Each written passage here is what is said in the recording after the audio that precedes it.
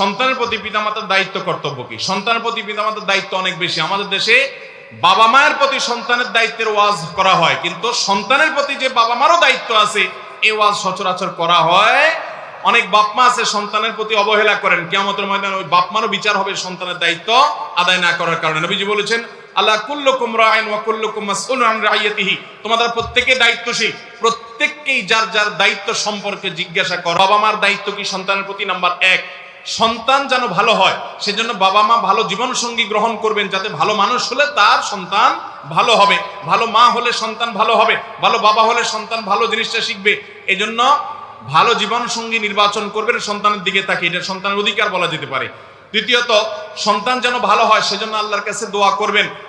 আল্লাহর কাছে দোয়া করবেন সন্তান জন্মের পর, কানে আজান দিবেন, ডান কানে আজান বাম কানে একামত, যাতে ভালো হয়। সন্তানের জন্মের পরে 7ম দিনে আকিকা দিবেন, এটা তার অধিকার।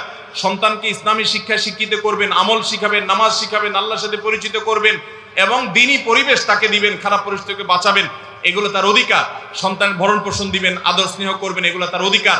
সন্তানদের মধ্যে সমতা বজায় রাখবেন, এগুলো তাদের অধিকার। তাহলে এই কয়টা অধিকার মোটামুটি সন্তানদের। আল্লাহ তাআলা আমাদের বাবা মাদেরকে সন্তানের অধিকারগুলোকে, তাদের প্রতি কর্তব্যগুলোকে আদায় করার তৌফিক দান করুন।